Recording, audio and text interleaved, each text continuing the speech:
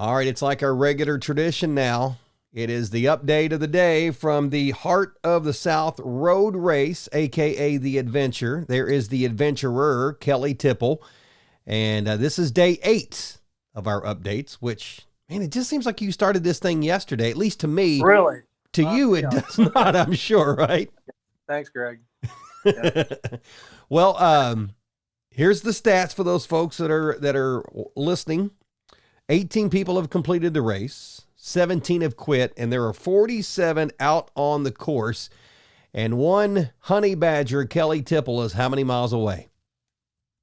Well, half marathon, buddy. 13 miles. miles. And it's straight up the freaking mountain. And then the last 2 miles is called the Cheese Grater Road because it's all pitted up. And last year with my feet jacked up, it was terrible. But guess what? I'm looking forward to it now. I'm going to eat You that are. hill up. Eat it up. So I'm looking at the list of all the runners and how close people are. You're right there on the cusp of it all, man. Jasper, Tennessee, and there are only, I think, 3 other people that are in front of you. And let's go ahead and talk about one of those people, Kim Elliott. You mentioned before we got started, you mentioned that you've spent quite a few days now by yourself, but you linked up today with a participant named Kim Elliott. Tell that backstory there. Yeah, I think it was the last time I've actually seen a runner in this race was on Monday, and that was the same day I saw Jan, one of the meat wagon drivers. But the day before that, I spent, I don't know, 6 or 7 hours with a lady named Kim Elliott. I would guess her to be in her 60s. You'd have to look on the sheet there to find out. But spent some time with her, got to talk with her, telling about what I do. She told me what she does. She's from California. She said, yeah, my husband's a screenwriter. I'm like, really? I'm thinking to myself, okay, what's he screenwriting? So she said, yeah, he did Aladdin. He did all the National Treasure movies.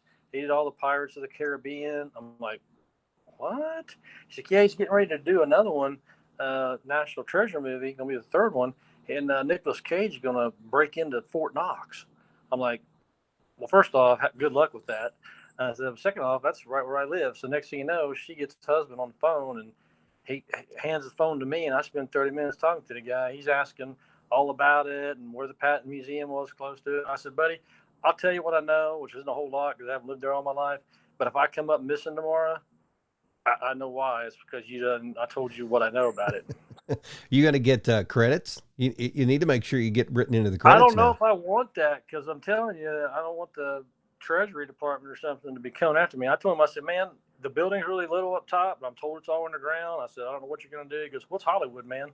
He goes, we'll just, we'll make stuff up. Ain't nobody knows the difference anyway. I said, well, so I'm looking forward to seeing the movie when it comes out. It's pretty cool. That's the truth. Hey, one thing that I am excited about is that I can understand you today, and our volume levels are about the same. But you're not excited about it, right? Because your headphones are all messed up. They croaked on me, but at least they lasted until almost here. So that's fine.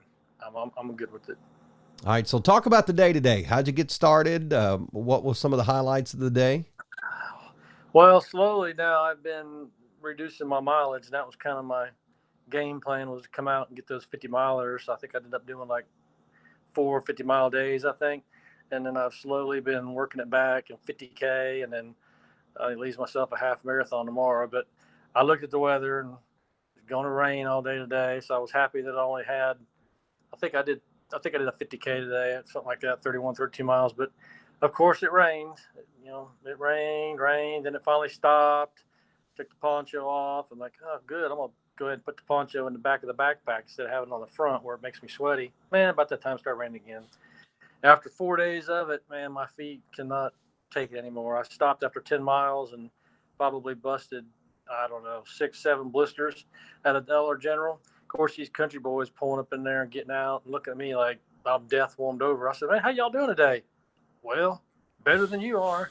I said, yeah, I'm doing surgery out there on the front porch, popping the stuff, putting Desitin on my feet. And yeah. Do you want me to show the photo now of what your feet look like just a few minutes ago? If you're going to show a photo, you better give pre-warning. People, if you don't like to see nasty, you better turn your head away. They're not like nasty. The ones that you Which sent me one from you gonna Florida. show first? I'm not going to show them the Florida ones. I don't think they can handle that. Okay. Yeah, okay. That's a lot of blisters going on. And that's Y- a lot of y- funkiness. Yeah. Picture So if you're just craters on the picture craters on the moon, and that's what his feet look like. yeah, raw hamburger from the Wild Florida 120. But if you're showing the ones of my feet tonight with the tape Right on, now, it is on there right now. yeah. So I mean, you're not really seeing too many blisters from that picture because they're on the ends of my toes and between my toes, on the back of my heels, underneath all that tape. So, but they're completely white, and a lot of that's from the Desitin, but they're also pretty swollen. So, one suggestion somebody did that last year, a couple people that ran with us to Barcelona's, they convinced me to get those speed laces on the shoes. They've been awesome. So instead of having to tie your shoes, you just slip your feet in them. Plus, they're elastic, so as your feet swell, they just kind of expand with your foot. They've been a godsend. Yeah, I've been a fan of those for a few years now. Yeah. So 348 miles was the goal. You're at 335 miles. Do you Yeah. feel like you thought you would feel? Do you feel better? Do you feel worse? I mean, overall, I think I feel way better. I mean, I say that, and I've said that the last couple of nights, and I feel good. But I got to thinking about it, Greg. I did 45 weeks of training every day. I've got 2,000 miles this year to date. So, I mean, every day I was on the elliptical, running, working out, stretching, something every day for 45 days. So, yeah, I do feel better than I thought I would. But then it's like, well, you're doing what you thought you would do. I mean, that's why you train for it. That's why you. And I do think I was talking to somebody today. I do think I'm uniquely. I'm not going to say gifted, but my job helped me with this because I'm walking around with the vest on all day long and a gun belt, and so I don't even notice I have my vest on. And of course, I wear a naked brand belt that I hold stuff in it too. So I'm basically wearing exactly what I do every day, and so the weight Hmm. doesn't really bother me. That's interesting. How you feel at this point? I would, because I know we were warning people that at some point there may be some kind of craziness going on where you were Yeah. talking out of your head, but you really not got to that point. No, I mean, my wife made the comment today that she could tell I was a little tired last night, but I think that was really looking back on more frustration with my phone and the light and whatever last night. But I really getting my sleep, at least 5 or 6 hours of sleep, getting the ice bath in to recover the body, and I really feel better than I thought I would. Hmm. All right. So looking back at some pictures from the road today, I'm looking at what's the deal with a bunny rabbit here? That's somebody set that on the guardrail. I come running down through there. I'm sure one of the previous runners did it, but I thought to myself, huh, that kind of feels like me. If I got to chew my arm off to finish, that's what I'm going to do. So the rabbit sat there with one arm hanging off. That's kind of how I felt at that point, too, I think. And then you're hallucinating enough because you're from Kentucky. You've seen cows, but you sent me some Well, photos hey, of some cows. here's why I took that picture. I told my wife, when I ran the Florida 120, there were wild, they just have bowls out there. People think of Florida and the beach and stuff, but there's actually ranches around there and just roaming around with these big longhorn bulls. And I was deep in the race, deep in the hurt locker, and I come around this hill, and there was two bulls standing in the middle of the roadway. And I think I did a live Facebook podcast or something time. And Chris Grimm, I know you're watching this, and Doug Lynch, both those two jokers thinks I was hallucinating. So I told my wife, I'm taking a picture of these suckers. Besides, they're huge. I mean, their horns on the thing are huge. But I want proof in case I get to the hotel tonight and people are like, oh, you didn't see no longhorn bulls. You're hallucinating. Well, there you go. Right there they are. All about having the backup. All right. So the plan tomorrow. I mean, you've got 13 miles to go. Do you have a plan of what time you're going to get up? Do you have a goal time of when you're going to get to the rock? What are we talking about tomorrow? Well, I've gone back and forth. One part of me would like to get up there as the sun comes up, but 13 miles, if I'm doing 3 miles an hour, I mean, that's 4 hours. I'd have to get up 2, 3 o'clock in the morning. So that ain't going to happen. So I'm going to just sleep like I've been doing. When I get up, I'm going to take my time and just get up there. Because, I mean, I far exceeded any expectation or dream I ever had. So whatever time I get up there, I know it's going to be before 8:30 tomorrow night, which starts the next day. So I'll be 2 days. I'll finish 2 days ahead of the cutoff. In 2 days So, ahead of the goal that you had. So that's oh, very impressive. Yeah, very.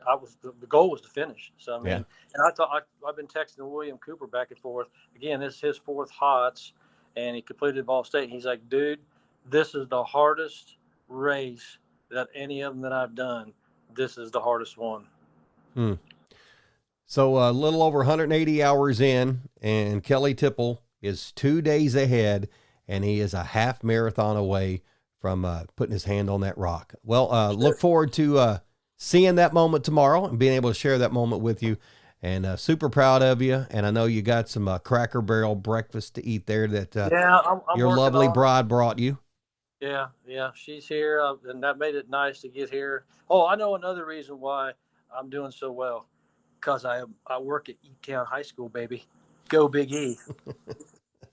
Look at you throwing that in there. Good That's it, stuff. baby. Come on, go Big E. All right, Kelly, you get that breakfast, eat for dinner, and get that ice bath. Get yourself some rest, and we look forward to seeing you at the Rock tomorrow in Georgia. Yes, sir. Have a good night.